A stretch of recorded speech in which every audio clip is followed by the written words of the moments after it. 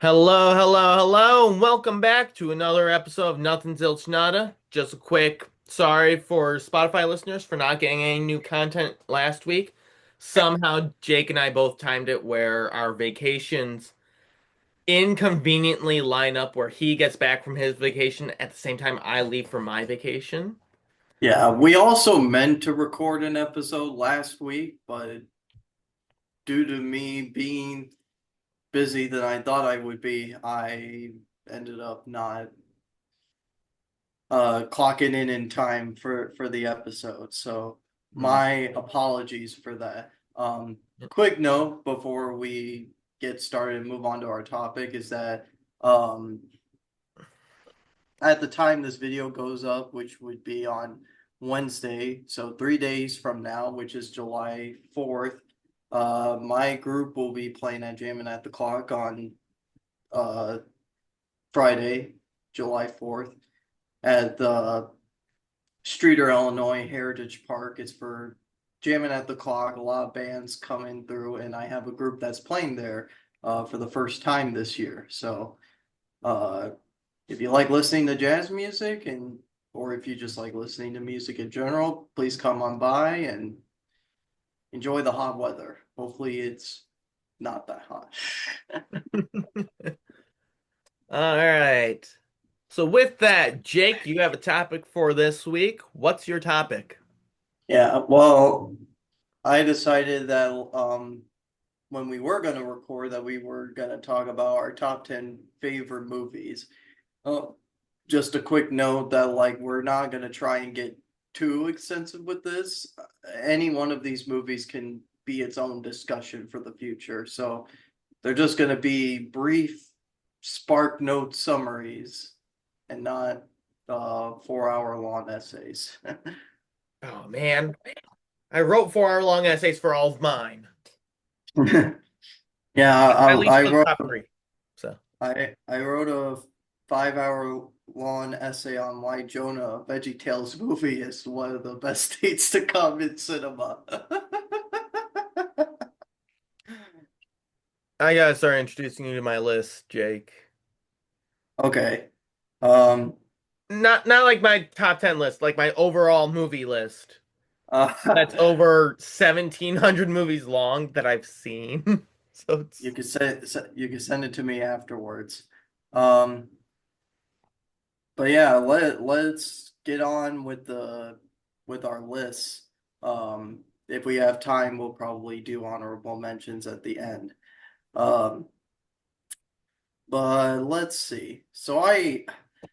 It was hard for me to come up with the number 10 spot would be, but I think my number 10 is going to go to the Lego movies. hmm. Now, uh, some of these movies I've listed on there, I did not see them in theaters when they first launched. Lego movies is one of those cases where I did see it when it first came into theaters. And I actually remember the first time the first Lego movie came out, it was actually you and me and went to go see it in the theaters back when there Hmm. used to be this movie theater in our town called the Majestic that was open. Yeah. And we got to see it on the big screen. And Rest oh in peace, man, Majestic. yep. Great movie theater. Hmm. Nothing else like it. But Yeah. now, I'm mostly talking about the first Lego movie, but this kind of applies to the rest of the ones, mainly done by Warner Brothers, that like um they're just incredible. The fact that like it's like stop motion Lego pieces it's still incredible to this day. And yes, they use some CG elements in it to make it a little bit smoother, but like it's just so awesome, and they're so funny too. Like, Yes. Yes. I yeah. I think So we've already I had a I mainly conversation about the Lego movies. Huh? in our podcasts. When I think about it. Yeah. Oh yeah, we did. We did. I completely I completely forgot about that. Mhm. But yeah, just to say, number 10 spot, Lego movies, really incredible. Would like to rewatch them again at some point. I've seen all four of them, and I think all of them are funny, especially Lego Batman. Yes. Lego Batman. Um, I will die on this hill, but Lego Batman is like the most faithful Batman representation ever. I will die on this hill. Yeah, it is arguably my favorite Batman film. Hmm. All right. So for my number 10, going way back into my childhood, before I met you, Jake, sorry, I'm going with School of Rock, starring Johnny Depp. Oh, okay. hmm For those you don't know, School of Rock is a movie uh where this guy who was in a band gets kicked out and then starts up a new band with a bunch of elementary schoolers. I don't know. For me, it's a fun movie. Not only is it epic in the musical standpoint, not only does it have again Jack Black in it. Jack Black's awesome. Good old Jack Black. But it is one of those secret inclusion movies because, you know, you've got that one backup singer who was afraid to do anything because she was bigger. And growing up, I was a little bigger. So I that was something I could relate to. That School of Rock is awesome. And I had to put it in the top 10 somewhere. Mhm. Unfortunately, it's number 10, but it is on my top 10 list. Alrighty. So I have some comedic movies that were like in my honorable mentions, but one of those movies that I had to put on the list, Mm. uh, for reasons that extend beyond to the film itself, is Deadpool and Wolverine. I So de I have a few movies on here. I just said one of them already that me and Xavier went to go see when they first released in theaters. Deadpool and Wolverine was the most recent one that we've seen, which for came out now, last year. few weekends, it's gonna change. Yeah. Um, Now, full disclosure, I did not see the two Deadpool movies when they first came out. I've heard a lot about them. I've seen scenes from them. I just did not see I still haven't seen the films yet, but I will probably go back to them at some point. But Deadpool and Wolverine, though, is one of those films where like you could just kick back and just laugh your butt off hmm just from all the chaos that's happening. Like it's very funny, it's very chaotic. It's probably not going to be a film for everybody, but um We should probably yeah, add a but little, sorry, Jake. We should probably add a little disclaimer.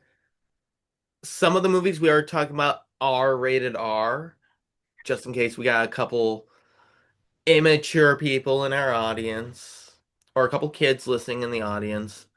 So even if we say we enjoy these movies and we recommend them, we still would leave for people younger than the designated ages. We mhm, still recommend that they get parental approval first. mhm. Or The state, Nintendo it's the Nintendo seal of approval.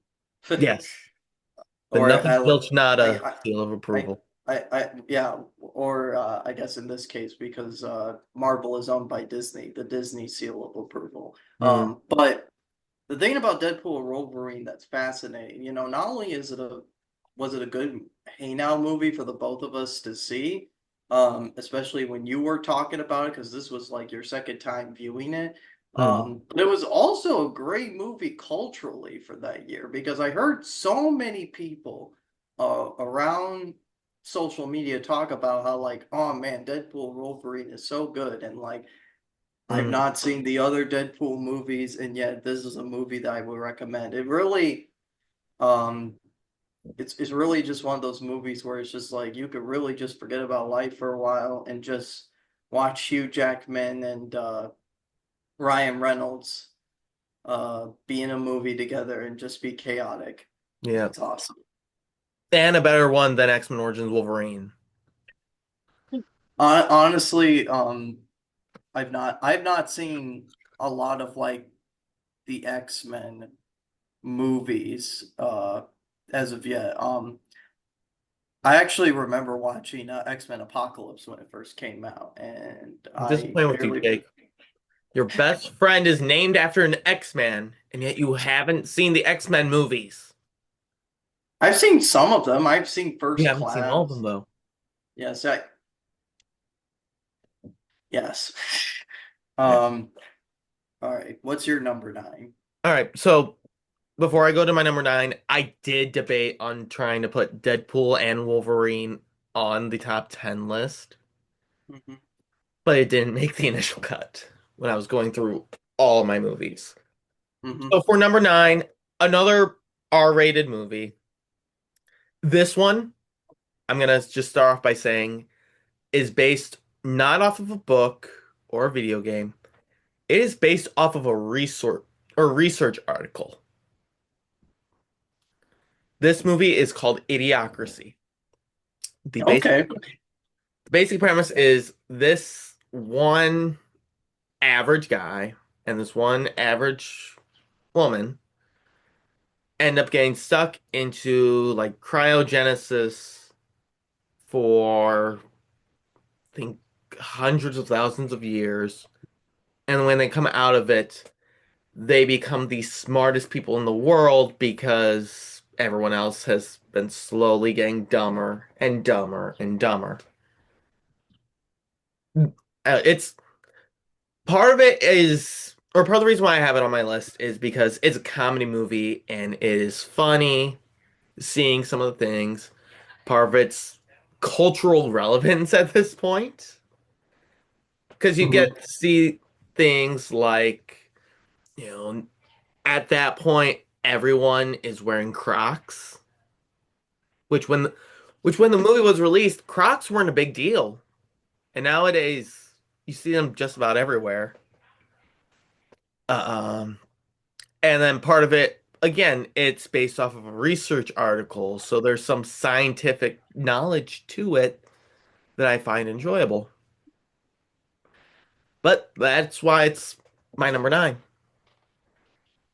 Yeah, that sounds pretty good. I'll have to probably see that movie sometime. So I think I might have seen scenes from it before on like short videos and such. So I'll I think definitely. I may have sent you one of the clips months ago. Hmm, yeah, but I'll definitely check that one out sometime. Hmm. Okay, so my number eight. It's real. I'll tell you, it was kind of hard for me to like put all this stuff into a top 10 because even the stuff that's honorable mentions, I would even put on like a top 25 or something, maybe even a top 50. Um, but let's go with my number eight. Um, what did I have at number eight? Yeah, number eight, I put Wally on there.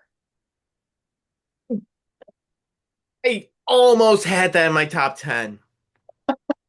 Yeah, I actually had a couple of other Pixar movies that I thought could be in my top 10, like Up and Mhm. Soul. I was debating on Up as well, but Wally, out of all the Pixar films, that's my favorite Pixar film, and it was Yeah, almost in my top 10. And yeah. I said But no.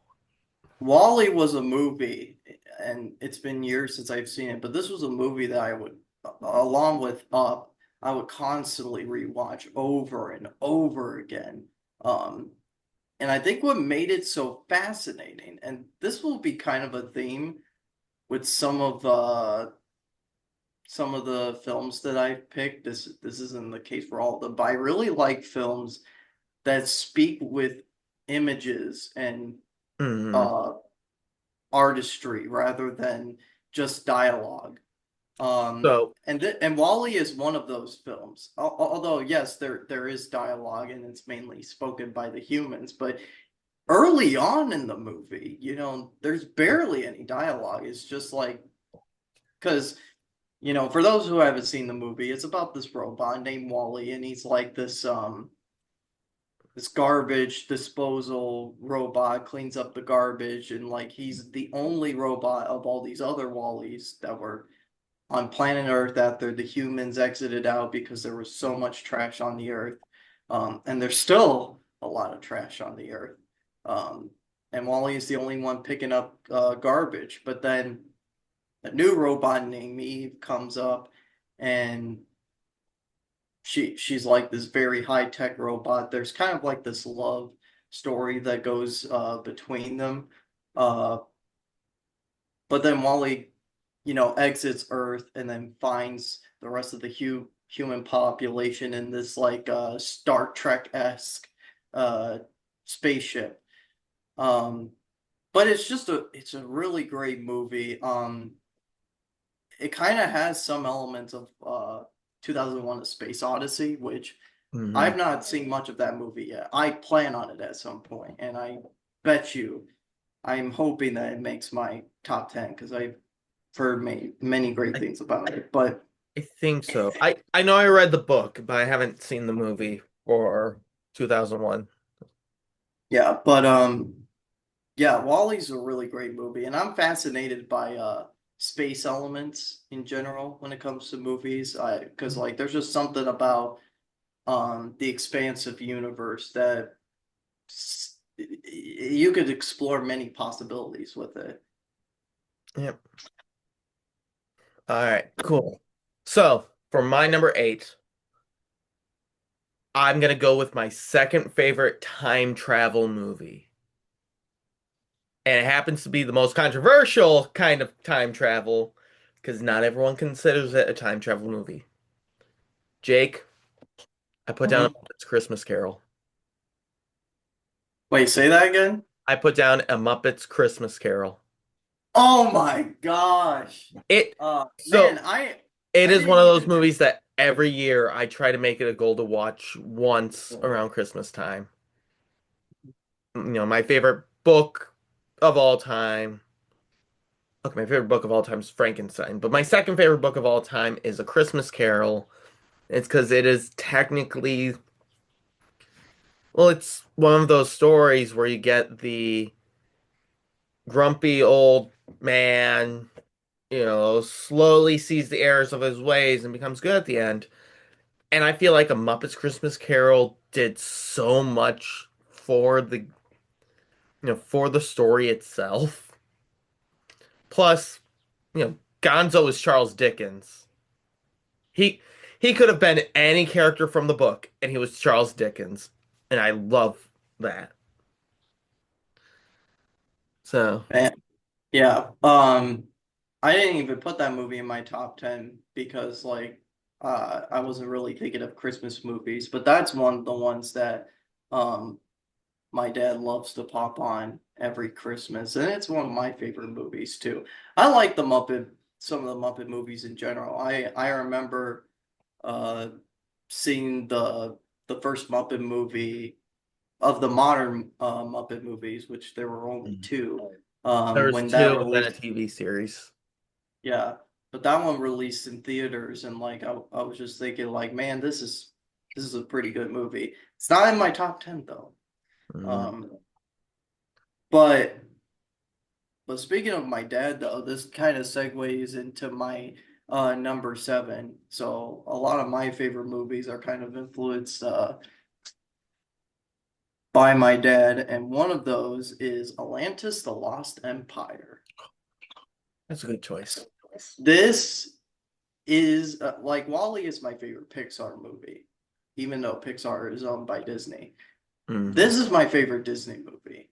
I don't care what anyone says. Sure, it's not about a princess. It's not about some type of magical, fantastical element or anything. Well, I guess it's fantastical because it's based on myth and legend of the underwater city of Atlantis, but I don't care. Okay, it's a good movie, and it deserves some more recognition. And Right. sure, there's other people that have talked about it along with Treasure Planet.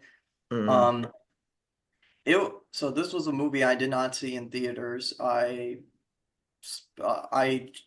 again, it was just one of those movies I would rewatch. Um, I used to have like this portable DVD player on the car, and I would have just some movies to watch. And this was one of those movies I would take along with me sometimes, along with Wally and many others.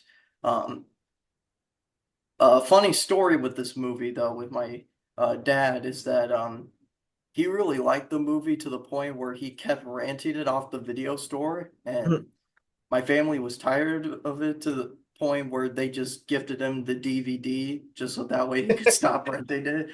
Um, but for good reason, because again, much like some of the other films and similar to Wally, mhm, the ocean is like very expansive. Like the concept of an underwater city that has all these um, this culture going on and these mythical artifacts. There's this book that they find at the beginning that has like the Atlantean language on it.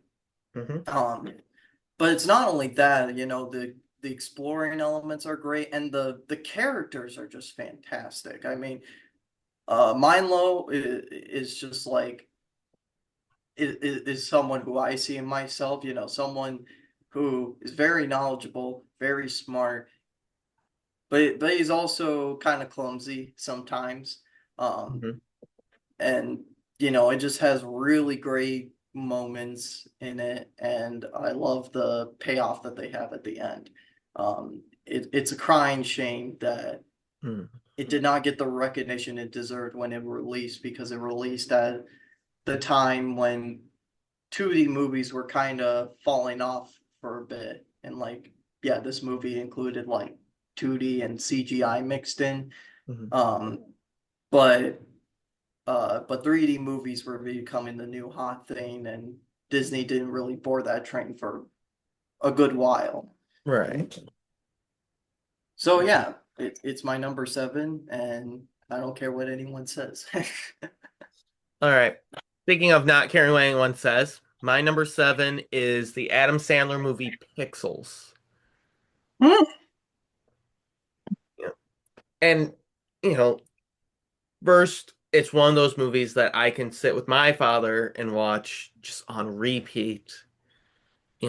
It's funny. You've got actors, like great actors like Adam Sandler and Josh Gad, Peter Dinklage. And I don't care what anyone says about the CGI in the film.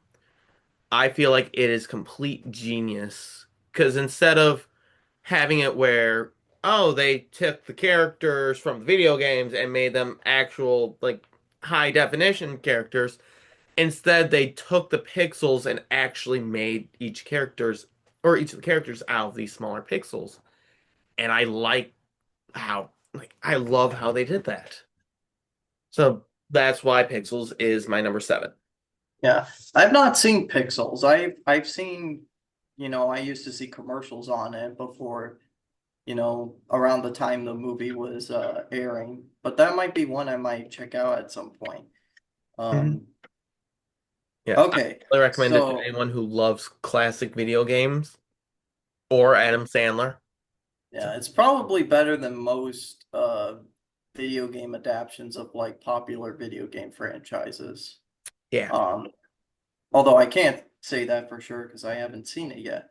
Yep. I will But I say can tell you, there was a huh? fight for me between Pixels and another video game-esque movie called Free Guy, Hmm. and I had to fight over it. Adam Sandler, Ryan Reynolds, and like I said, for me, Pixels is you know my personal favorite between the two. Okay, yeah. So my number six Hmm. um is Avengers, the first movie. And Okay. I'm also including Infinity War on there as well. All Um, right. for slightly different reasons, but they kind of coalesce with each other.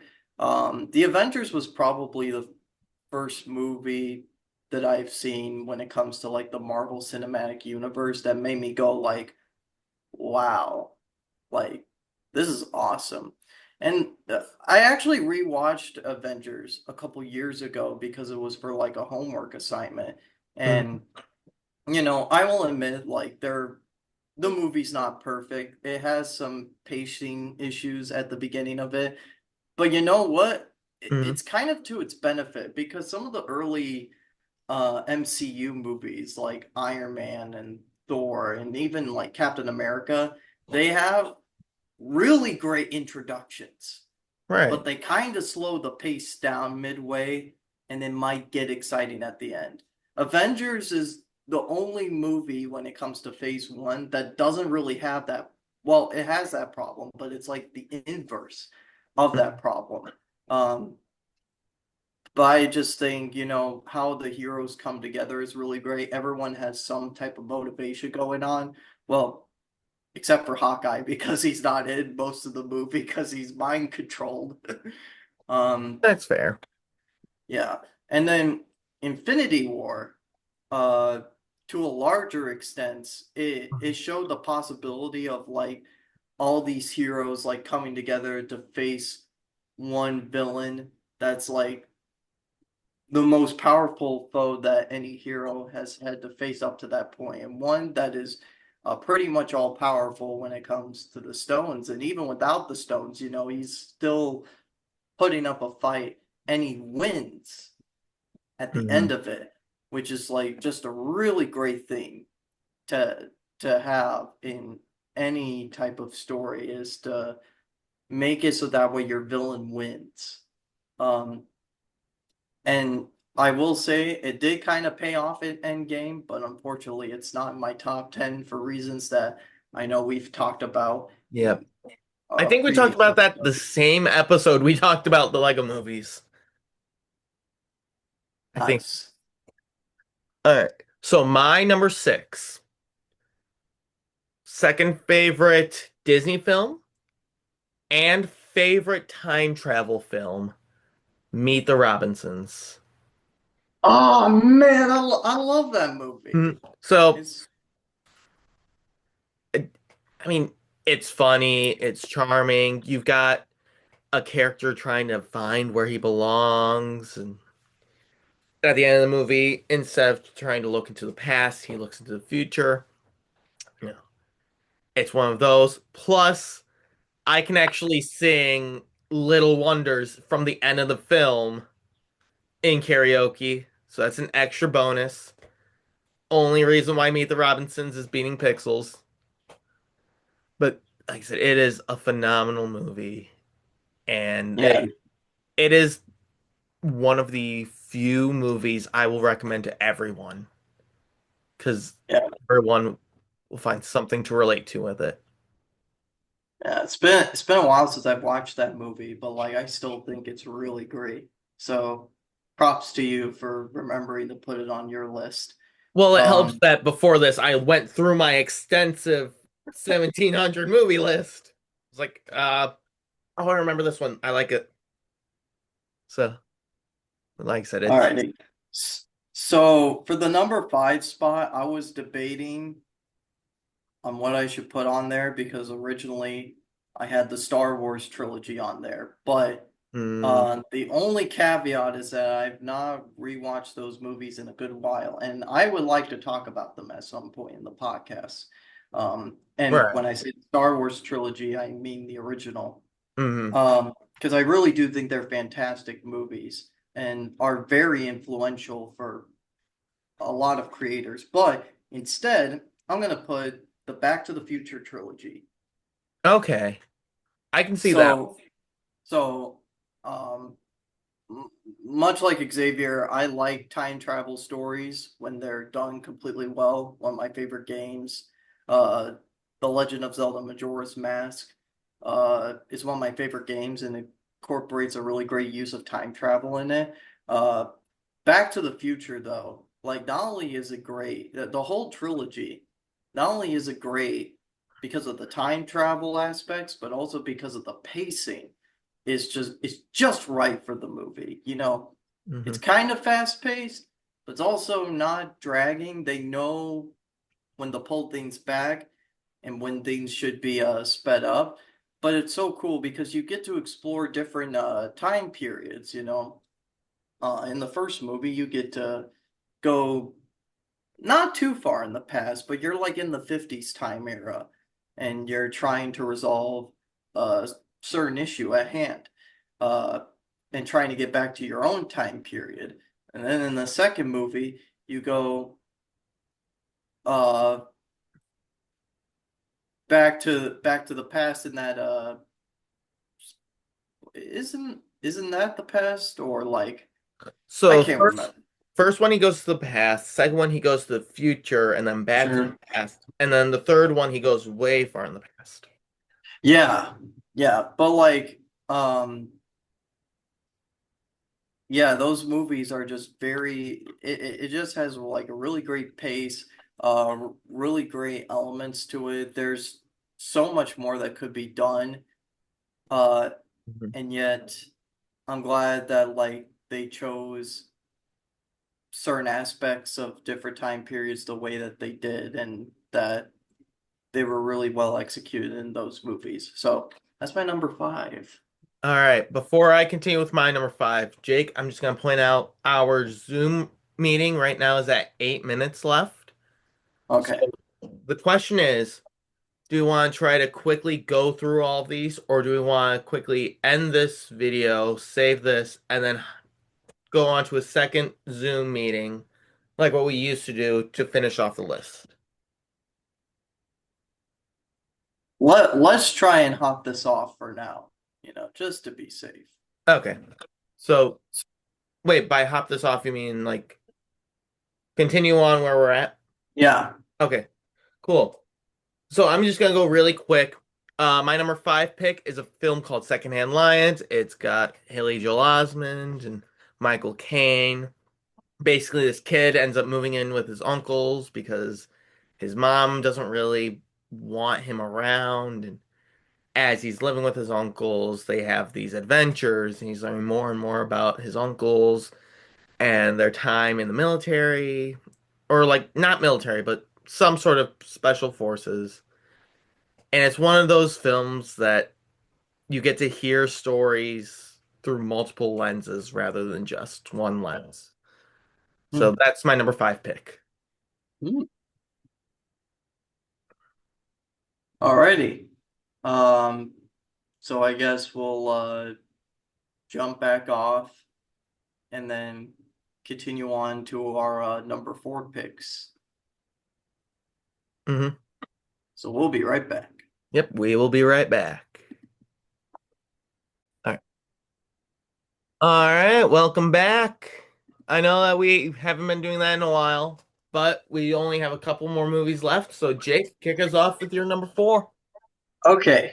So number four is a movie you may or may not have seen, but just a pretense. If we ever do something on TV shows in the future, I really like murder mysteries in terms of their stories. I mean, some of my favorite short stories come from Father Brown by G.K. Chesterton that got a really great TV series. Mm. Um, but my number four is a murder mystery movie called Knives Out. Oh, I love Knives Out. Yeah. Now, I'm trying to remember because it was not too long ago that I've seen the movie because I didn't see it in theaters, but I watched it with my parents once. When did this movie release? Do you know? This movie released, I want to say 2019. It Uh, released tail end of 2019, I think. yeah, yeah. It is 2019. So I probably watched this movie during COVID. Um, Mhm. which I did with a few movies with my parents. Uh, and I also just saw that they have like two sequels, which I have not seen. So Um, they've released the first sequel already. They're mhm. currently in the process of post-production for the second sequel.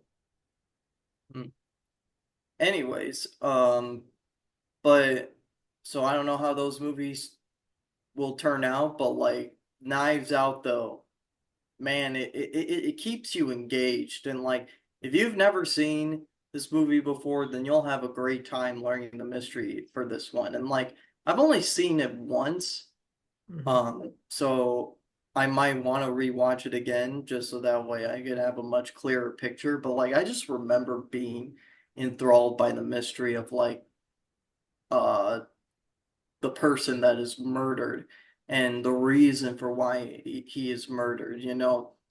Mhm. Um, in order for your murder mystery or any type of mystery in general to be engaging, um, you really have to like your viewer think outside of the box for a Mhm. bit. And I think Father Brown does it very well. TV show that I watch, Death in Paradise. Uh, some of their murder mysteries are done very well, but Knives Out is another one of those that just keeps you thinking on your toes, and it has some twists and turns that you would just not expect. So that's my number four, Knives Out. Great murder mystery movie, lives up to its reputation. All right. I agree with that. I I'm gonna be honest. When it comes to murder mysteries, Knives Out is one of the greater movies. I mean, granted, I didn't have that anywhere close to my top 10, but that's also because I watch so many movies a year that you know, I could have most Marvel movies be some of the ones I enjoy. Like when you were talking about Deadpool and Wolverine, I greatly enjoy that film. That one's nowhere close to my top uh 10. But no, that Knives Out's a great film. So moving on to my number four. You've heard of The Lion King, right? Yeah. And you know how they made a sequel called Lion King 2 Simba's Pride. Yes, I've probably not seen the sequels and the prequel. Okay, I was about to say, so there was that new prequel called Mufasa, Mhm. but Lion King also had, and I'm going to use the term that the trailer for the movie said, an in-between quill. It is a movie that takes place during the events of Lion King, but instead of focusing on Simba, it focuses on Timon and Pumbaa. Yeah, So, I know which movie you're talking about. yep, my number four is Lion King one and a half. And it's one of those weird direct to DVD sequels where, like, personally, I feel like it is comedically genius because it's not just, oh, this is what happens when, or what Timon and Pumbaa are doing while the movie's going on. This is a Timon and Pumbaa are in a movie theater, basically going through the film themselves and making commentary, and they're making all these funny jokes about, like one of my favorite jokes is Timon's uncle is running away from a hyena, and it's suspenseful, and you're like, what's gonna happen? And then it cuts to one of those TV salesman uh uh channels. Mhm. I think they were trying to sell a purse right at the top of suspense, and you're sitting here like, what's going on? Yeah, it turns out Pumbaa was sitting on the remote and changed the channel. But that is one of the funniest jokes in that film for me. It is something that everyone in my family likes. It's something that my brother, Tyler, he loves it. He will Mhm. watch it on repeat. It's I consider it to be a genius direct-to-DVD sequel, as well as my favorite Disney movie. Yeah. Those Disney direct-to-video sequels or prequels, Hmm. um, they're kind of Well, a in between mixed quotes. bag. Yeah. Um, some of them are actually pretty good, but Hmm. then you just got some of those ones like to go back to Atlantis for a sec, they had this direct video release of Atlantis too, but like it's kind of these weird adventures Hmm. and they don't feel that connected. And the reason why that's the case was that it was actually planned for a TV series, but Yeah. that never ended up getting released. So they just released it as a movie instead, which was, I mean, I guess it's whatever, but it was also kind of weird. Hmm. Um, so number three, we're on to our top three.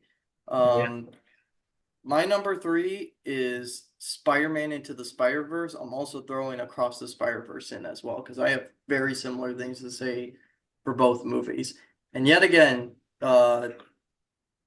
well, Spider-Verse, I think I watched with my brother. I can't remember. I did remember watching it in theaters when it first came out.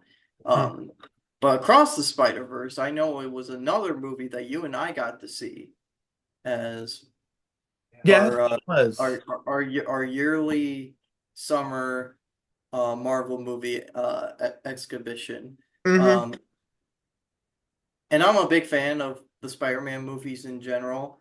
The Hmm. Sam Raimi movies, while they're kind of campy, are also very funny to look back.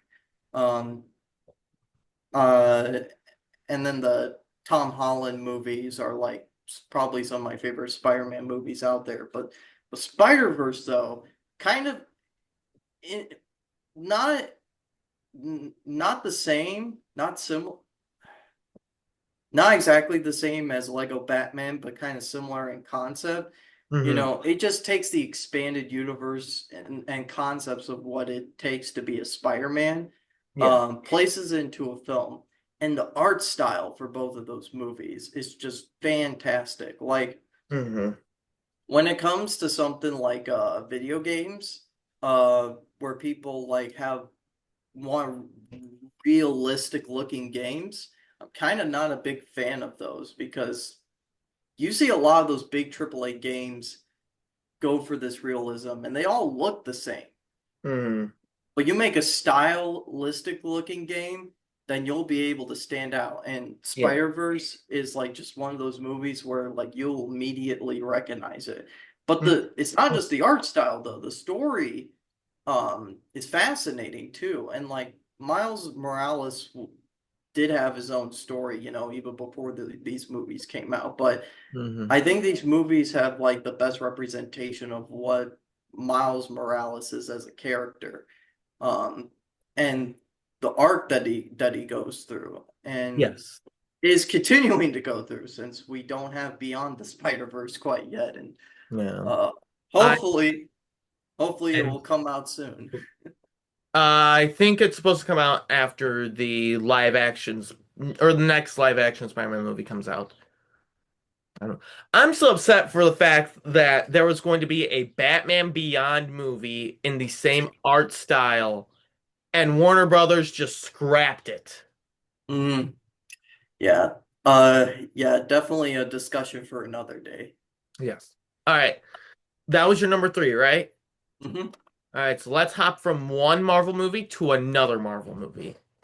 My number three is Guardians of the Galaxy. Oh man, geez, see, this is that one would have probably made into my top 10 and I Mm. I could also include it with the Avengers movies because I think it has a pretty similar pacing to those. It does. Well, not only that, but it's to put it into my own personal perspective. If the Avengers are the geniuses and these, like the intellectual ones, the scientists, you know, Guardians of the Galaxy is the redneck family. You I, know what? That's so true. well, let's see here. You've got the leader, big music guy, not necessarily dumb, but also you can tell he's not a genius. You've Yeah, got he's kind of thick in the skull. no, see, that's the other guy. Oh yeah, I He's guess the one so. that's sticking the skull. Everything flies over his head unless you ask him. Or he has quick reflexes and could catch them.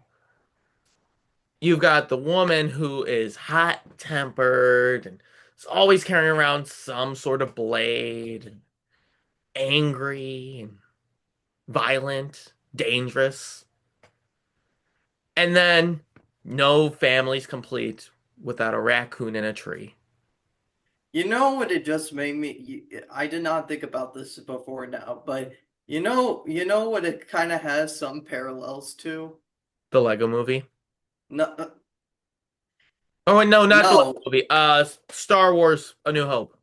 yeah. Well, the Star Wars original trilogy in general, just like Mhm. similar dynamic, but not necessarily similar in terms of like characteristics and personality. All right. Um, um, but yeah, I fully agree with you. Like, yeah, that's a really stellar movie, Mhm. especially the first one. Yes. Well, I did get into a personal debate on which one because part of what I was basing it off of is feelings, Mhm. which one made me feel more. And technically, Guardians 2, with Mary Poppins' death, it hurt more for me than Groot's death. But Groot's sacrifice resonates throughout the entirety of the Guardians films. It is the first time we hear him say something other than "I am Groot." Also, I'm annoyed at the fact that you heard me say Mary Poppins' death and didn't even Mhm. bat an eye. Yeah, I knew who you were talking about. He's Mary Poppins, y'all.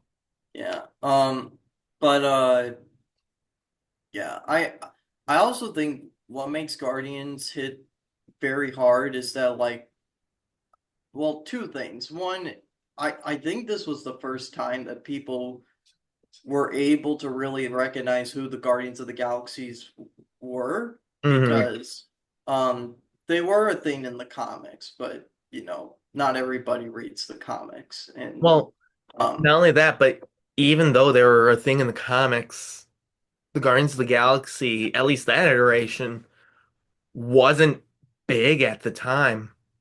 Like, Mhm. yes, you had Groot, you had Rocket, you had Star-Lord, you had Gamora, you had Drax. I feel like out of all of them, Drax and Gamora were the two most popular ones. But even then, they weren't the Guardians of the Galaxy. It's Guardians of the Galaxy 30th century, I think. That's what one that were. Regardless, it was a different team of Guardians of the Galaxy that people were familiar with. Mhm. But not only was it a bunch of characters that not people were familiar with, it was a team that not a lot of people were familiar with.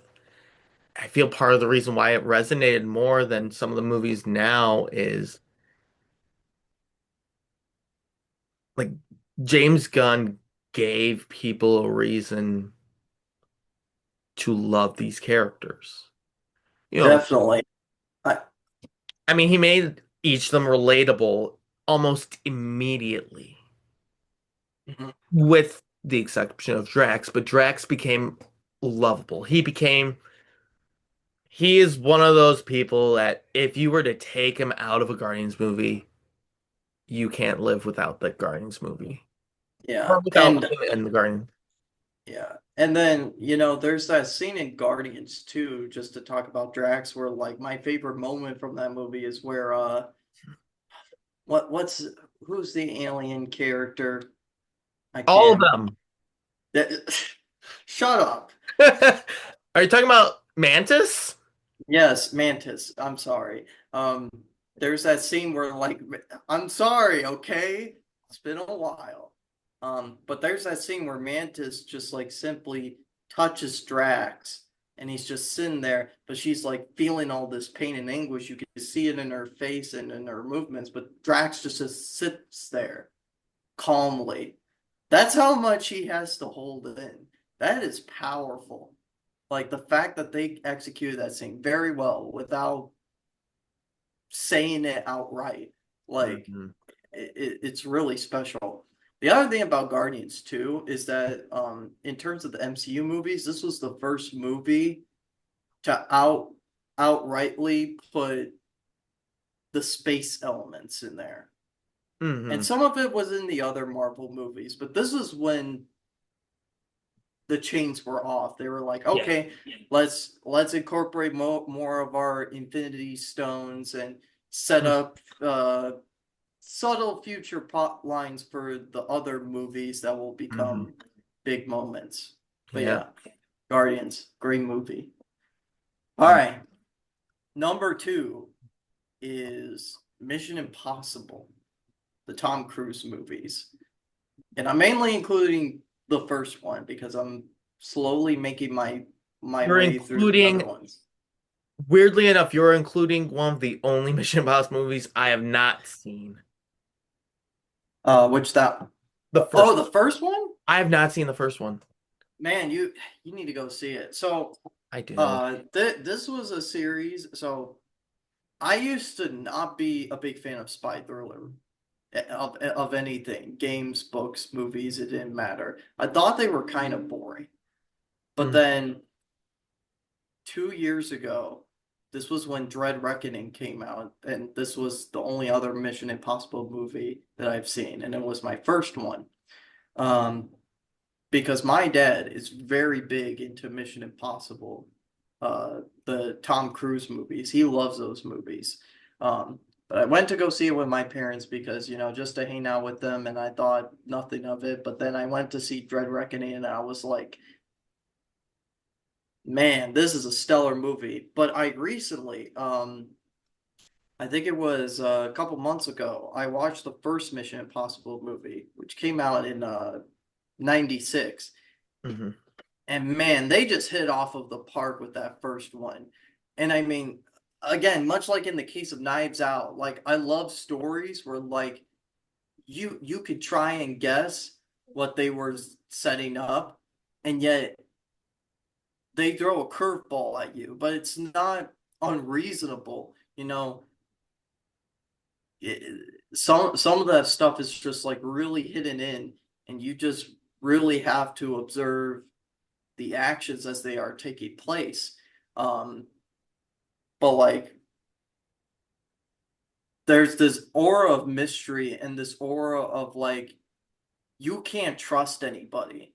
You know, uh, Tom Cruise, his character. Um, I I forget the guy's name, but Uh, um, but he has these moments where he's just not sure of who he can trust anymore. And like unlike other agents, he he wants to be like a very trusting person and he wants to be honest. Um and he feels really hurt uh when he's not giving that trustworthy information and he can't seem to trust these people anymore. And yet he's always a few steps ahead of what the antagonists are thinking. hmm. Also, the fact that Tom Cruise does his own stunts in those movies, Hmm. that's something. Yeah. Oh, easily. I forgot which one it was, but in one of the films, he ended up causing a stop in production because he ended up breaking, it was either a toe or his foot.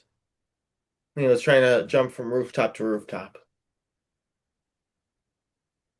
He does all that and breaks only one part of his body. Yep. Yep. All right. So my number two is Mr. Megorium's Wonder Emporium. I th- I don't think I've ever watched the movie, but I've heard the name. This is the movie I recommend to everyone. Basically, first off, phenomenal cast. You've got Dustin Hoffman, who was Rain Man and Rain Man, and like, he's in a lot of different things. But if I'm ever thinking Dustin Hoffman, this is the movie I'm thinking him with. Natalie Portman, who played Jane Foster and Padme Amidala. You've got Jason Bateman in it. Kermit the Frog makes an appearance. I'm not kidding. Kermit the Frog is in the movie. But basically, Dustin Hoffman's character is Mr. Megorium. He owns this toy store where everything basically is alive. And, just from hearing that, you're like, oh, this is a charming film. Fun. The toys are alive. You get to see people play. But the central theme is Mr. Megorium is departing, which is basically saying he's dying. And the Emporium is throwing this big fit and it's going through a hard time. You're watching as Natalie Portman's character has to not only try to convince Mr. Megorium not to pass away, but also slowly take up the mantle that Mr. Megorium is leaving for her. And like I said, it's one of the films that I like to say encapsulates my ideology because I don't want to be the kind of person who's super serious with my everyday life, but I also don't want to be the person to sugarcoat things. I can't say I don't sugarcoat things. I'm pretty sure I sugarcoat a lot of things, but I don't want to be that kind of person. I want to be like, yes, this is happening. It's sad, but it could be great as well. You can appreciate what all happened. You know, and Yep, hmm?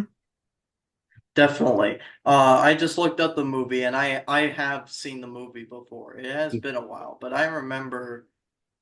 Yeah, I remember that movie. I don't think it resonated with me as much just because I haven't seen it all Right. too often, but like I'll probably rewatch it again because it seems like something that I would resonate with now. And I do Yes. think it's a very creative take on a movie.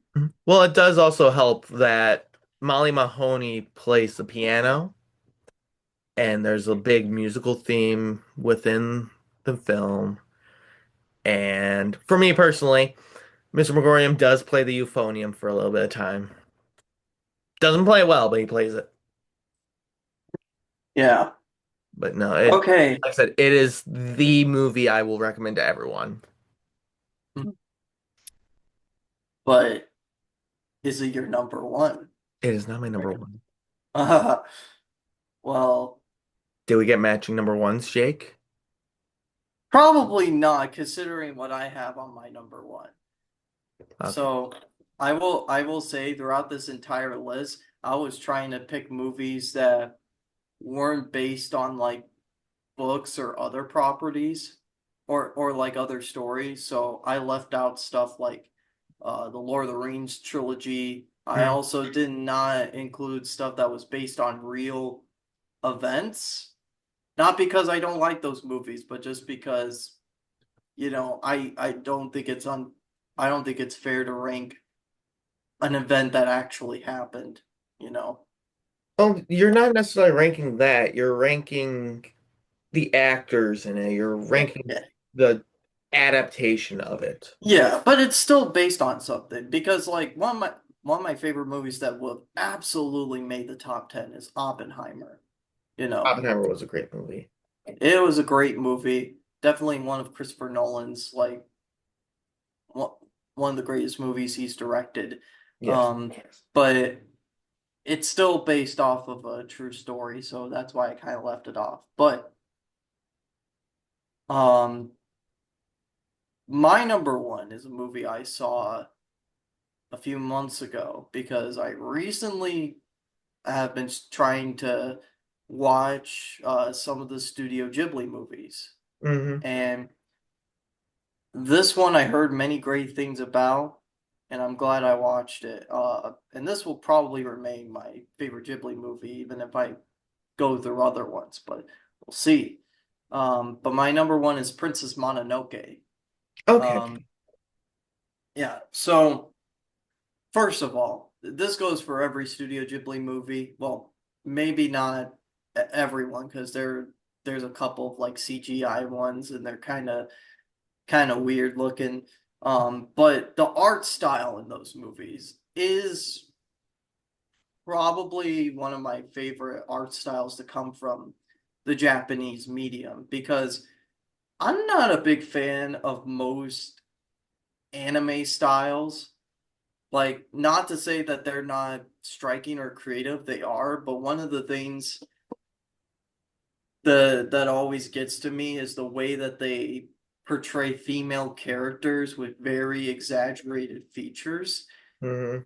And it's just, it's just kind of bothersome, and it pulls me out of it every time I have to see something like that. Now, if a movie's being or a show is being comedic, then that'd be different. But if you're trying to resonate someone with your story, then uh it just takes it out of it for me.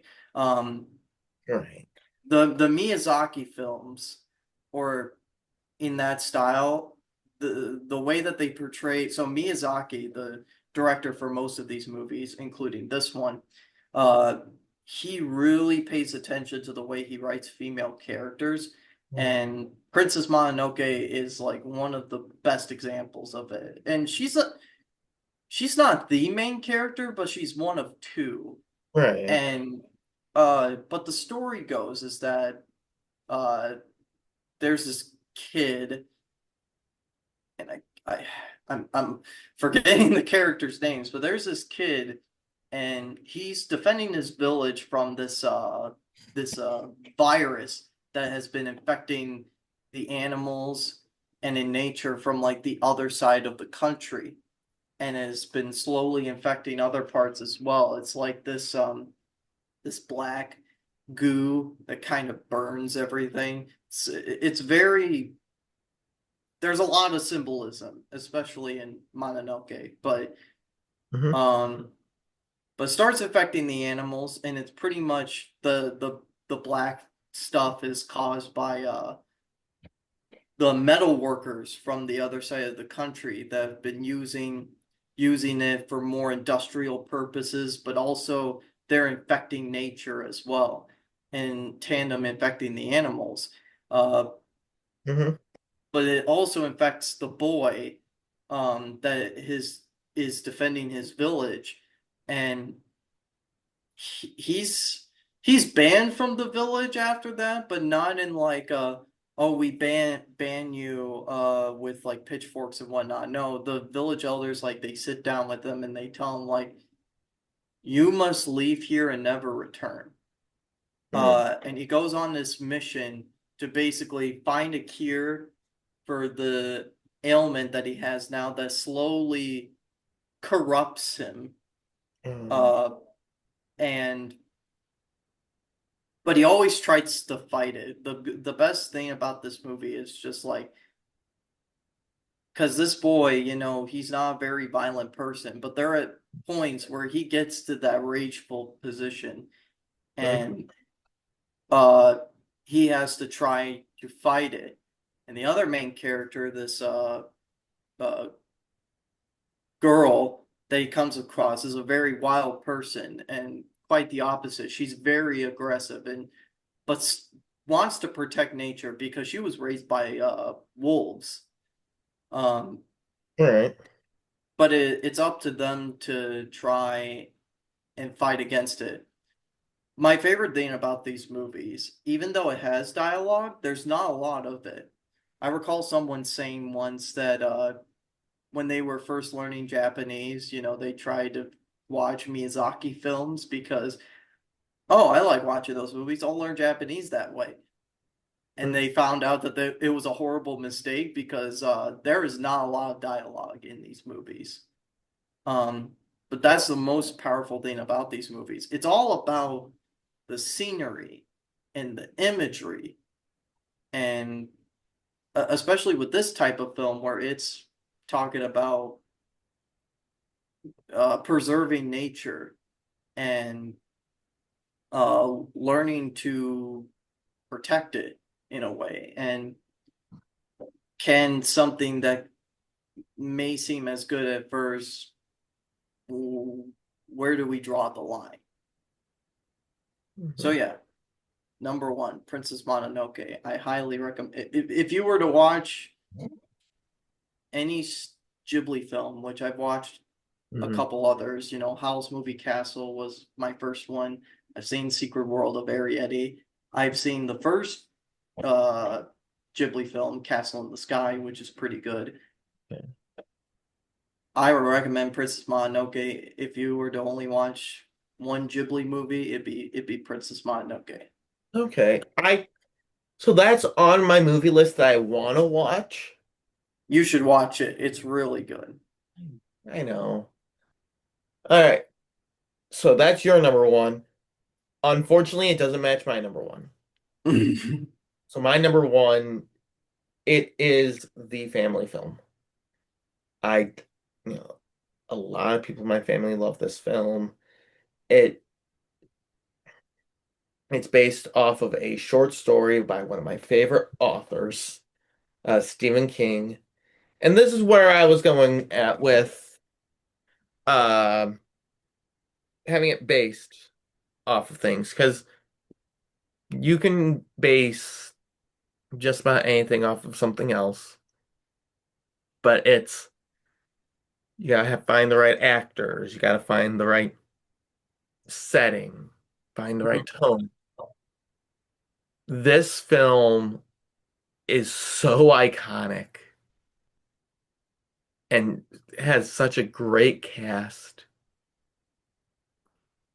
My number one film is The Shawshank Redemption. Oh man, that is a movie I plan on seeing at some point. I You gotta really watch it. want to. Not to spoil thing or too much, but basically this guy named Andy Dufresne. And yes, that's how you say his name, even though if you read the book, it's like Dufresne. Mm. Andy Dufresne is sent to prison for a crime that he claims he didn't commit. He meets up with this guy named Red, played by Morgan Freeman, who, by the way, if I ever tell people I want Morgan Freeman to narrate my life, that's Morgan Freeman's voice. Morgan Freeman in The Shawshank Redemption. And I know Lego City Undercover parodied that in one of the episodes, or not one of the episodes, in one of the levels. But this film is heart-wrenching. It shows that, yes, there's prisoners. They all did bad things, but at the same time, they're still people. It's got one of the most heartbreaking death scenes in all of movies for me. And I'd say the one biggest takeaway from this film is the line, get busy living or get busy dying. Because it shows you could either sit around and let fate take its course, or you can get up and move fate yourself. And it's it's not an easy film to watch by any means, but it is well worth it to watch it. Plus, you have Definitely. Clancy Brown in it, and or not Clancy Brown, Clan, Clancy Jones. You got Mr. Krabs in it. I gotta look at his name now because But it was Clancy Brown. yeah, So Clancy I Brown's in it. yeah. Um, but yeah, that's a really great um that's a really great movie that I would like to see at some point. And there are other ones like it. Oh, Well, there's. actually, another movie that's similar to it that I didn't put on the list, but I would have, is one that is sort of based on a book. It's kind of a prequel, well, not prequel, sequel plus something else. It's based off of a it is based off of a true story. So I read this book called The Hiding Place, which had to do with the Ten Boom family in Germany and how they hid Jews in their house during World War II Mm-hmm. and how they eventually got caught doing it. All right. And the book was written by one of the people that one of the family members that was involved with it, Mm-hmm. and her imprisonment and but there's this film based off of it called Return to the Hiding Place, which kind of focuses on a different character, but um yeah, very very heart-wrenching films. But as heart-wrenching as those films are, they're also very necessary Yes. because Yes. I especially think in America in particular, in the United States, even though we have some stuff going on here, Mm-hmm. in actuality, we are very sheltered compared to other countries outside of our premises. And like I'm not gonna list any particular ones, but like, you know, all I'm saying is that Mm-hmm. like it helps to paint a better picture at what's happening in our history and what's even happening right now. So I'm Yes. glad that there are films out there like that Mm-hmm. that um really show that side that I think we're kind of scared to take a look at sometimes, but it's a very necessary thing in life. It is very necessary. With Yeah. that, that is our both of our top 10 lists. Next week when we record, it'll be my topic. Hmm. And I'm not gonna lie, I'm probably gonna lean into a disc golf themed topic. Awesome. So, Well, but I've been sending you those disc golf videos as of late, oh yeah, yeah, how dare you for the one you sent me today. All right. But regardless, we got less than a minute to get off. So I'm Xavier Dean, and I'm Jacob Green. and we're here to wish you a wonderful day, and we'll see you next week. Peace. Yep.